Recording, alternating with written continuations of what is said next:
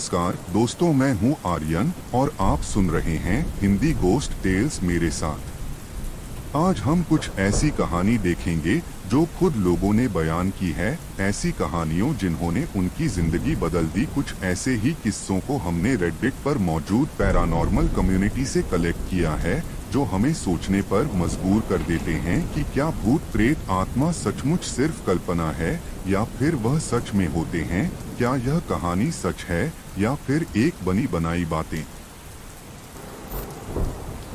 The that is 6 जनवरी 2023। रात का time था और मैं और मेरे कुछ सब्सक्राइबर्स, हमारा एक डिस्कॉर्ड सर्वर है हॉरर नाइट्स हिंदी का, जहाँ पे बैठ के बातें कर रहे थे। मतलब रात के टाइम पे हम ऐसे बातें करते हैं कभी कभी, तो वैसा ही कुछ चल रहा था। वॉइस चैट पे बैठे हुए थे, कोई स्टोरी शेयर कर रहा है, फिर हम थोड़े बहुत गेम्स खेल रहे हैं, तो बेसिकली फ़न कर रहे थे, मस्ती मजाक चल रहा था, वैसा कुछ था। तभी हमारे उस वॉइस कॉल पे एक नया मेंबर ज्वाइन होता है जिसका नाम था डेथ क्रॉल। अब डेथ क्रॉल को उस दिन से पहले किसी ने भी नहीं देखा था, सिर्फ वॉइस चैट में नहीं बल्कि उस पूरे सर्वर में नहीं देखा था। तो वो सर्वर पे कम्प्लीटली नया था। जैसे ही डेथ क्रॉल ने वॉइस चैट को ज्वाइन किया, सारे शांत हो गए, सबका ध्यान डेथ क्रॉल की तरफ ही चला गया। एंड इट्स बिकॉज उसके माइक से ना एक अजीब सी आवाज़ आ रही थी। जब मैंने भी उस चीज़ को नोटिस किया कि डेथ क्रॉल के माइक से एक बहुत अजीब आवाज़ आ रही है, तो मैंने सोचा कि इस चीज़ को मैं वहाँ पे मेंशन कर दूँ। तो मैंने उसको पूछा, hi Death Crawl, is everything fine? And मेरे ये पूछते ही this is what he says. Hello, मेरे को बहुत डर लग रहा है, मैं अपने रूम में अभी अकेला हूँ एंड मेरे रूम में बहुत अजीब चीज़ें हो रही हैं एंड आई डोंट नो मुझे क्या करना चाहिए, मैं बहुत ज़्यादा डरा हुआ हूँ, please help me.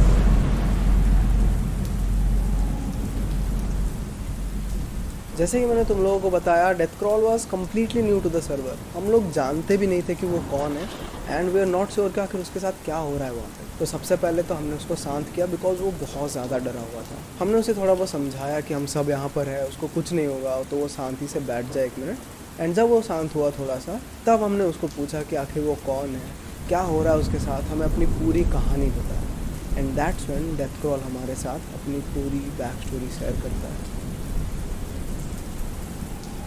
Death crawl और उसकी पूरी फैमिली बिहार के एक सिटी में रहती थी। डेथ क्रॉल के सोसाइटी में उनका 2 फ्लोर्स वाला एक घर था। नीचे का फ्लोर था जहाँ पे वो लोग रहते थे एंड जो ऊपर का फ्लोर था वो कम्प्लीटली खाली था, जो वो लोग यूजुअली रेंट पे देते थे। 27-28 साल का एक आदमी एक दिन उनके घर पे आकर के उनसे पूछता है कि क्या उनके घर में उसको रेंट मिल सकता है। अब डेथ क्रॉल के फैमिली वालों ने उससे बात करके ये बताया कि उनका घर तो खाली है, लेकिन वो बैचलर्स को घर नहीं देते, वो यूजुअली फैमिलीज़ को या फिर मैरिड कपल्स को ही देते हैं। तुरंत उस आदमी ने बोला कि हाँ वो मैरिड है और वो अपने वाइफ के साथ वहाँ पे रहेगा। और ये बोलते ही डेथ क्रॉल की फैमिली ने उन्हें वहाँ पे रहने के लिए हाँ कह दिया। डेथ क्रॉल का कहना था कि जब उसने उस आदमी को पहली बार देखा था, उसी टाइम से वो आदमी उसको थोड़ा बहुत अजीब लगता था। है ना, ये थोड़ा सा जजमेंटल साउंड कर रहा है, बट एक होती है ना कि एक फर्स्ट वाइब, फर्स्ट इंप्रेशन। तो उस आदमी का वो जो फर्स्ट वाइब था वो थोड़ा सा वियर्ड था फॉर सम रीज़न, बट धीरे धीरे विद टाइम डेथ क्रॉल को उस आदमी का बिहेवियर और भी ज़्यादा वियर्ड लगने लगा था। उस आदमी ने उन घर वालों को बोल रखा था कि वो एक बैंक एम्प्लॉई है, वो बैंक में काम करता है, बट उसके डेली रूटीन को देख के ऐसा लगता नहीं था बिकॉज वो बहुत लेट रात को घर में आता था एंड सुबह भी बहुत देर से उठ करके घर से वो निकल के जाता था। तो यूजुअली एक बैंक एम्प्लॉय का ऐसा रूटीन तो होता नहीं था। इस वजह से डेथ क्रॉल को वो आदमी और भी ज़्यादा वियर्ड लगने लगा था। जिस दिन उस आदमी ने आके रेंट के बारे में बात किया था, वो उसके तुरंत बाद ही वहाँ पे शिफ्ट हो गया था, बट उसने अपने वाइफ को तभी नहीं लाया था। उस आदमी को वहाँ पे रहे हुए कुछ दिन हो गए थे और डेथ क्रॉल के फैमिली ने इस चीज़ को नोटिस किया कि ये तो यहाँ पे अकेले ही रह रहा है। तो उन लोगों ने डिसाइड किया कि एटलीस्ट जाकर उसको एक बार पूछ लें। एंड उन्होंने जब जाकर उससे पूछा कि क्या वो अपने वाइफ को लाने वाला है या नहीं, क्योंकि वो एक बैचलर की तरह ही अकेले रहने लगा है, तो कहीं उसने झूठ तो नहीं बोला था। तो तब उसने कंफर्म किया कि नहीं, मेरी वाइफ का कुछ काम चल रहा था गाँव में, सो वो नहीं आ पाई थी, उसको मैं बहुत जल्द लाने वाला हूँ। तो थोड़े दिनों में पता चलता है कि वो आदमी झूठ नहीं बोल रहा था, वो एक्चुअली मैरिड था एंड उसने अपने वाइफ को भी अपने साथ ला लिया। सो अब डेथ क्रॉल के घर में उस ऊपर के फ्लोर पे वो हस्बैंड और वाइफ दोनों मिलकर रहने लगे। उस वाइफ के आने के बाद उनको वहाँ पे मिलकर रहे हुए बस 2 ही दिन हुए थे कि चीज़ें वहाँ पे थोड़ी सी स्पाइस अप होने लगी थी। जो उनका घर था, उनके घर से सबको आवाज़ें सुनाई देने लगी थी, चीज़ों के गिरने की आवाज़ें, कांच टूटने की आवाज़ एंड फिर कभी कभार झगड़े की आवाज़, कभी कभार चिल्लाने की आवाज़। कई बार तो ऐसा होता था कि वो वाइफ काफ़ी ज़ोर ज़ोर से चीखने लगती थी। तो सोसाइटी में लोगों को ये चीज़ क्लियर हो गई थी कि ये दोनों घर पे बहुत ज़्यादा झगड़ा करते हैं। ये चीज़ कुछ दिनों तक कंटिन्यू हुआ। डेथ क्रॉल के फैमिली को भी काफ़ी क्लियरली पता चल रहा था कि उनके ऊपर के फ्लोर में काफ़ी ज़्यादा चीज़ों के गिरने की आवाज़ आ रही है, काफ़ी ज़ोर से झगड़ते हैं वो दोनों। बट डेथ क्रॉल के फैमिली ने इस मैटर में ज़्यादा टांग नहीं अड़ाया बिकॉज उनका पर्सनल मैटर था। लेकिन सिर्फ तब तक जब तक सोसाइटी वालों ने आकर के इनको कंप्लेन नहीं किया।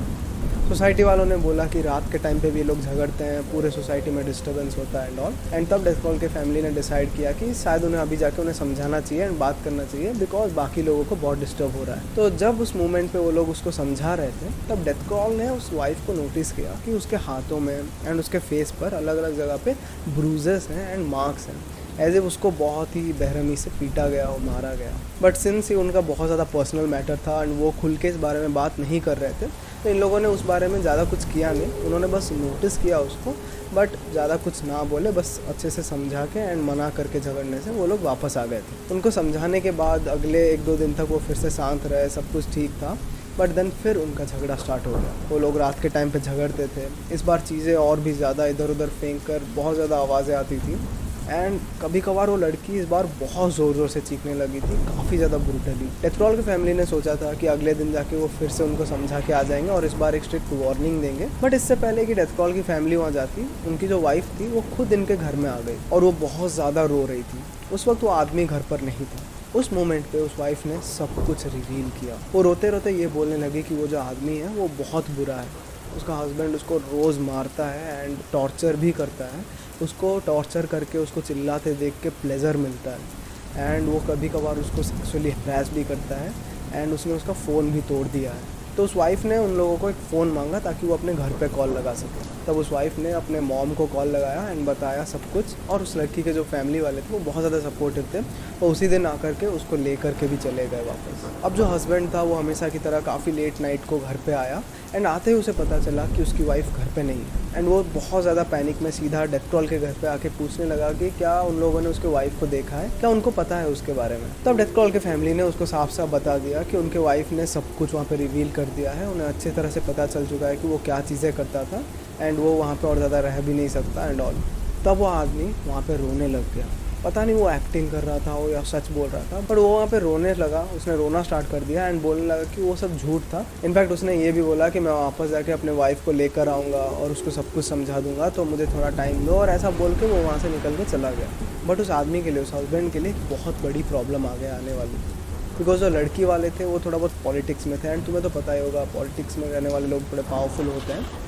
तो उन्होंने अपना पावर का इस्तेमाल करके शायद उस लड़के को डराया होगा या फिर धमकाया होगा। तो उस लड़के ने क्या किया कि वो बहुत ज़्यादा तो डर गया था इस सिचुएशन से, तो वो थोड़ा बहुत अंडरग्राउंड होने का उसने ट्राई किया। वो गायब हो गया, सबसे छुपने लगा एंड छुप के कहीं पर रहने लगा।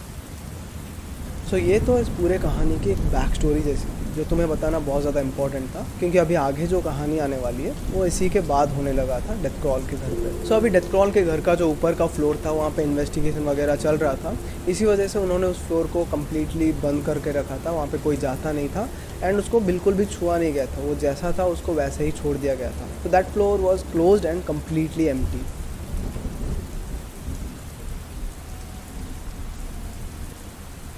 ये अर्ली जनवरी की बात होगी।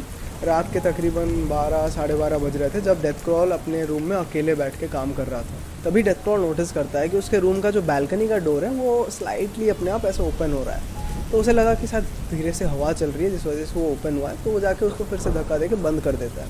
वो कम्प्लीटली लॉक नहीं करता, वो बस उसको बंद कर देता है।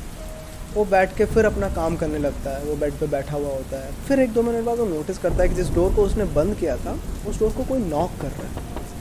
अब ये बात थोड़ी सी अजीब होती है क्योंकि दूसरे साइड पे बालकनी है जहाँ पे कोई भी नहीं है।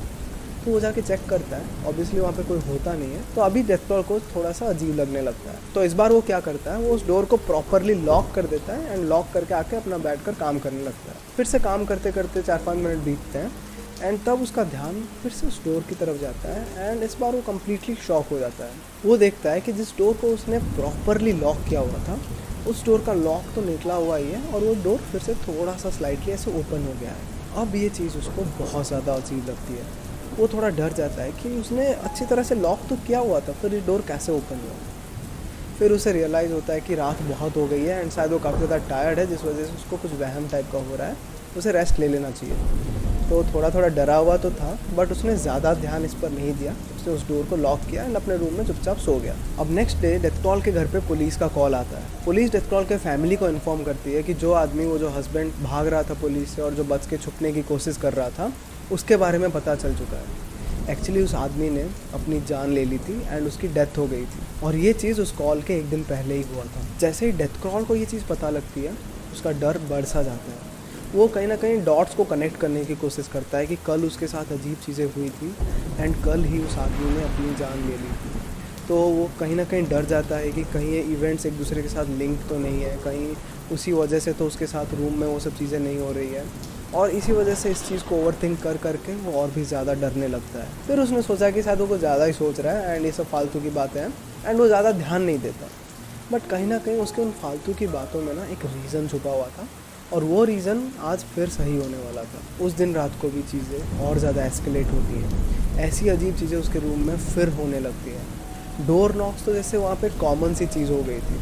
उस डोर का बार बार खुलना एंड बंद होना, ये सब चीज़ें भी वहाँ पे हो ही रही थी। एक और चीज़ डेथ क्रॉल नोटिस करता है कि उसका जो ऊपर का फ्लोर था, जो कम्प्लीटली एम्प्टी था, उस फ्लोर से अजीब आवाज़ें आ रही हैं। चीज़ों के गिरने की आवाज़ आ रही है, ऊपर के फ्लोर के दरवाज़ों से भी आवाज़ें आ रही हैं एंड ये सब चीज़ें उसको और ज़्यादा डरा देती हैं। बार बार इतना ज़्यादा वहाँ पे नॉक्स आने के बाद उसने एक और चीज़ नोटिस किया कि जो ऊपर का फ्लोर है वहाँ से उसको फुटस्टेप्स की आवाज़ें आने लगी थी, एज इफ कोई उस फ्लोर पे काफ़ी तेज़ तेज़ भाग रहा हो। एट लास्ट उसने थोड़ी हिम्मत करी, जाके उस डोर को ओपन करा बैल्कनी का एंड बैल्कनी से वो ऊपर के फ्लोर की तरफ देखने लगा and that's when things took a very big turn. ऊपर देखते ही डेथ क्रॉल को साफ साफ एक काफ़ी ब्लैक सा फिगर दिखा with a very emotionless face.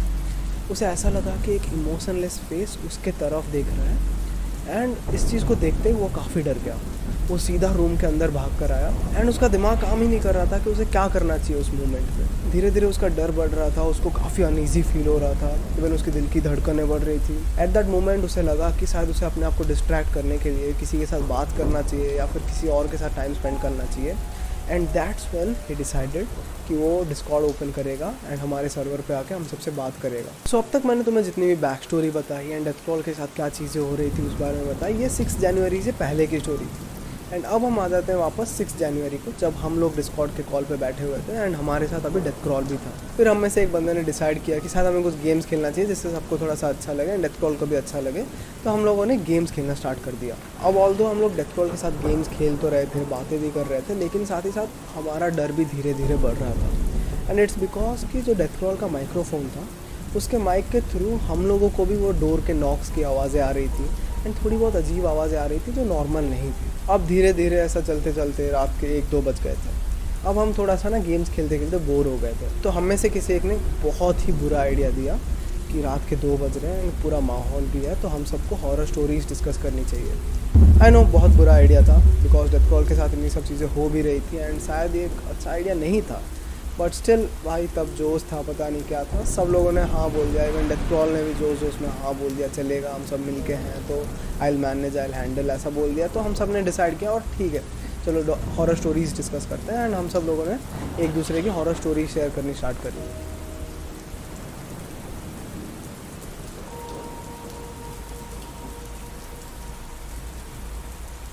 तो अब आगे ये स्टोरी थोड़ी सीरियस होने वाली है, तो थोड़ा ध्यान से सुनना। एंड इनफैक्ट यही इस वीडियो का सबसे मेन पोर्शन है, जिस वजह से मैंने इस पूरे वीडियो को बनाया हुआ है। So while we were discussing horror stories, हर कोई अपनी अपनी स्टोरी सुना रहा था, बीच बीच में डेथ क्रॉल हमें अपने अपडेट्स दे रहा था। वो बोल रहा था कि उसके रूम का जो टेम्परेचर है वो बीच बीच में गिर रहा है एंड उसको बहुत ज़्यादा ठंड लग रहा है।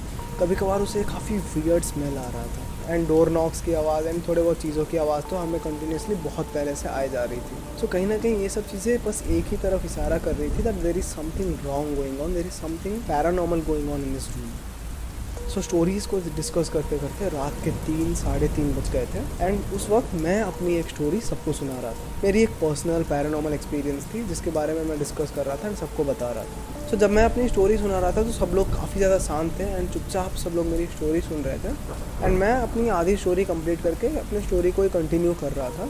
And the time was exactly 3:49 AM and उसी वक्त हमें डेथ क्रॉल के माइक से थोड़ा डिस्टेंट में एक लड़की के जोर से स्क्रीम करने की आवाज़ आती है एंड वो कोई नॉर्मल स्क्रीम नहीं था, कोई लिटरली मदद के लिए पुकार रहा था। उस टाइप का ज़ोर ज़ोर से चीखने की आवाज़ थी, वो भी इतनी रात को, आधी रात को 3 बजे के आसपास। उस स्क्रीम को सुनते ही मैंने अपनी स्टोरी रोक दी। मेरे को किसी ने टोका पूछते हुए कि क्या किसी ने उस चीज़ को सुना है एंड तब ये चीज़ कंफर्म हुआ कि उस स्क्रीम को सभी ने काफ़ी क्लियरली सुना जो डेथ क्रॉल के माइक से आया था। इस चीज़ के होने के बाद सब लोगों की लिटरली फट रखी थी, हर कोई बहुत ज़्यादा डर गया था।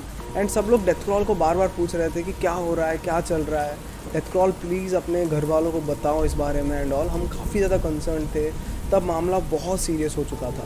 एंड डेथ क्रॉल ने बोला कि उसने पहली बार खुद नहीं सुना था, बट फिर बाद में हमें फिर से वो स्क्रीम सुनाई दी। उस मोमेंट पे हमें वो स्क्रीम 3 बार सुनाई दे चुकी थी। एंड डेथ क्रॉल ने ही इस चीज़ को कंफर्म किया कि वो स्क्रीम्स उसको अपने ऊपर के फ्लोर से आ रही है। अब सैडली मैं उस पूरे कॉल को रिकॉर्ड नहीं कर रहा था, मेरे पास कोई रीज़न नहीं था रिकॉर्ड करने के लिए। अगर मैं उस कॉल को रिकॉर्ड कर रहा होता तो शायद आज तुम्हें वो स्क्रीम्स में सुना पाता, बट मैं नहीं कर रहा था। सो मेरे पास पर्सनली वो स्क्रीम्स की रिकॉर्डिंग तो नहीं थी। But there was this one guy name Janak, जो मेरा ही सब्सक्राइबर है, और उस दिन उस कॉल पर वो भी था। एंड फॉर सम रीज़न, ठीक है, उसको शायद मज़ा आ रहा था वो कॉल, उसे एज ए मेमोरी उस कॉल को स्टोर करना था या रखना था, बट फॉर सम रीज़न वो उस पूरे कॉल को रिकॉर्ड कर रहा था। एंड थैंक्स टू जनक, जिस वजह से वो स्क्रीम वाला पार्ट भी हम रिकॉर्ड कर पाए थे।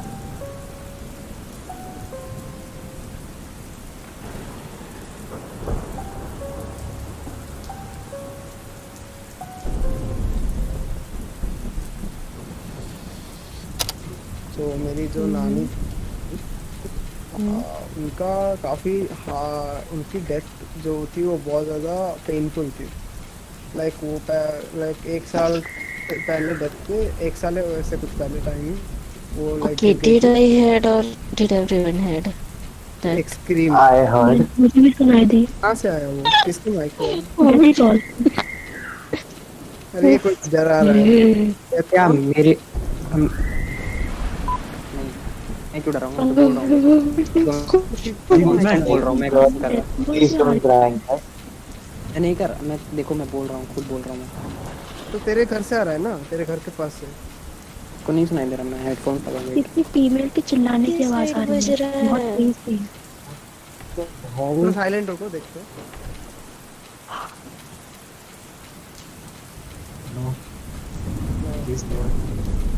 रेड बोल तू। है नहीं है भाई और ये भाई भाई इसके अलावा माइक से आ रहा है। भाई क्या सेक्सी मजा आ रहा है। नहीं, मेरे ही घर जा रहा है मेरे। तेरे घर से आ रहा है कि कहाँ से आ रहा है? तेरे बात कर जाके घर वालों से। मेरे घर पेरेंट्स और गार्डियन का। Bro this is fucking serious man.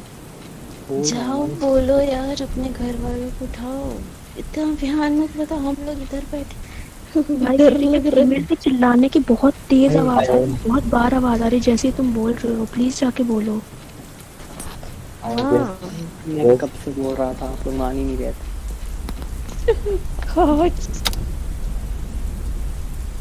I know ये बहुत अजीब है, आई नो इस पे बिलीव करना भी बहुत मुश्किल है, बट अगर तुम्हें मेरे पे थोड़ा सा भी भरोसा है देन प्लीज़ बिलीव मी। मैंने इसको एडिट करके नहीं डाला है, दिस इज़ नॉट एडिटेड, ये कोई झूठी कहानी नहीं है।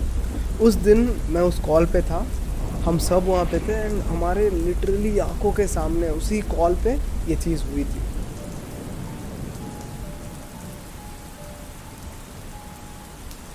अगले दिन डेथ क्रॉल ने हमें फिर बताया, अपडेट्स दिए कि उसकी मॉम ने भी उस रात उस स्क्रीम्स को सुना था। इवन उन्होंने इस बारे में डिस्कस भी करा, थोड़ा सीरियस हुए उसके घर वाले कि क्या कुछ अजीब चल रहा है एक्चुअली उनके घर में। एंड ये सब अपडेट्स हमें डेथ क्रॉल देने लगा। अब डेथ क्रॉल के घर में ना चीज़ें और भी ज़्यादा फ्रिक्वेंटली होने लगी थी। तुम्हें याद होगा मैंने बोला था डेथ क्रॉल ने एक शैडो फिगर को देखा था, तो अब डेथ क्रॉल को वो फिगर उसके रूम में दिखने लगा था, जो फिगर उसको ऊपर के फ्लोर में दिख रहा था।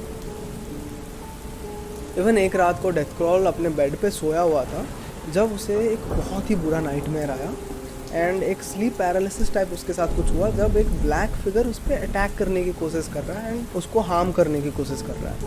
जब ऐसा कुछ हुआ तो वो ऑब्वियसली बहुत ज़्यादा डरा होगा रात में, बट जब सुबह हुई तो उसे एक रिलीफ मिला कि चलो सपना था, शायद कोई बैड नाइटमेयर था एंड ऑल। बट फिर वो चेक करता है सुबह मिरर में कि उसके पीठ में ना एक्चुअली दर्द हो रहा था थोड़ा थोड़ा। तो वो जाके जब चेक करता है मिरर में तो उसके पीठ पे लिटरली काफ़ी क्लियर स्क्रैचेस थे, एज इफ किसी के तेज़ तेज़ नाखून से किसी ने लिटरली स्क्रैच कर रखा उसके पीठ को, वैसे स्क्रैच मार्क्स थे उसके पीठ पे।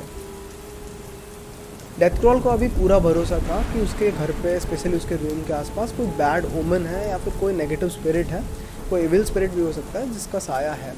तो उसने अपने घर वालों के साथ काफ़ी सीरियसली बात करी इस बारे में। तो डेथ क्रॉल के फैमिली को भी उन सब चीज़ों पे थोड़ा थोड़ा बिलीव होने लगा एंड एट लास्ट उन्होंने एक तांत्रिक को बुलाया ताकि वो अपने घर की क्लींजिंग कर सके एंड प्रॉपरली एक पूजा पाठ किया गया। इवन उस तांत्रिक ने उनके घर को प्रॉपरली क्लीन करने के बाद ये बोला कि कोई एक बैड स्पिरिट थी, एक बहुत ही पावरफुल एंड बुरी स्पिरिट थी जो बाहर से उनके घर में आ गई थी। उस तांत्रिक ने डेथ क्रॉल को एक सुरक्षा कवच जैसा कुछ दिया जो उसको प्रोटेक्ट करेगा बाकी के स्पिरिट से एंड उसको कुछ दिनों के लिए सेफ रखेगा जब तक चीज़ें कम्प्लीटली ठीक नहीं हो जाती। So there is another sad and shocking update to this story. जो वाइफ थी जो अपने घर पे चली गई थी मदर के साथ, तो वो तो उस आदमी से बच के चली गई थी एंड वो कम्प्लीटली सेफ भी थी घर पे। बट एक दिन उसका मिस्टीरियसली एक अननेचुरल डेथ हो जाता है। इस बारे में मुझे अभी बहुत रिसेंटली पता चला, जब मैं इस वीडियो पे काम कर रहा था तभी मेरे को किसी ने बताया, डेथ क्रॉल के थ्रू ही उसे अपडेट मिला कि वो जो वाइफ थी उसका भी डेथ हो गया एंड उसका डेथ ना बहुत मिस्टीरियस एंड अननेचुरल था। तो कहीं ना कहीं लोग ऐसा मानने लगे कि शायद उस आदमी के स्पिरिट के वजह से वैसा कुछ हुआ है, क्योंकि कोई साफ साफ रीज़न पता नहीं था उसके डेथ का।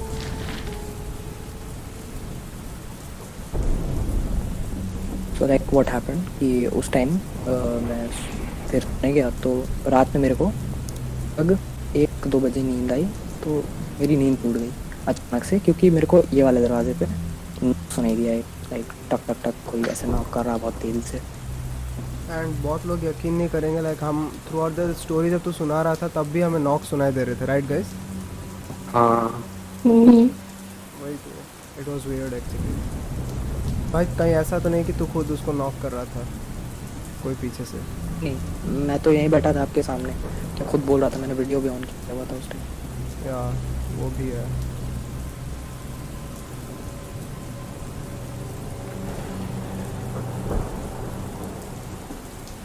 जब पुलिस इन्वेस्टिगेशन के दौरान उस आदमी के फ़ोन को इन्वेस्टिगेट कर रहे थे, उस हस्बैंड के फ़ोन को, तो उससे रिवील हुआ कि वो एक्चुअली एक बहुत ही बुरा, बहुत ही बड़ा क्रिमिनल है जो ह्यूमन ट्रैफिकिंग में इन्वॉल्व था।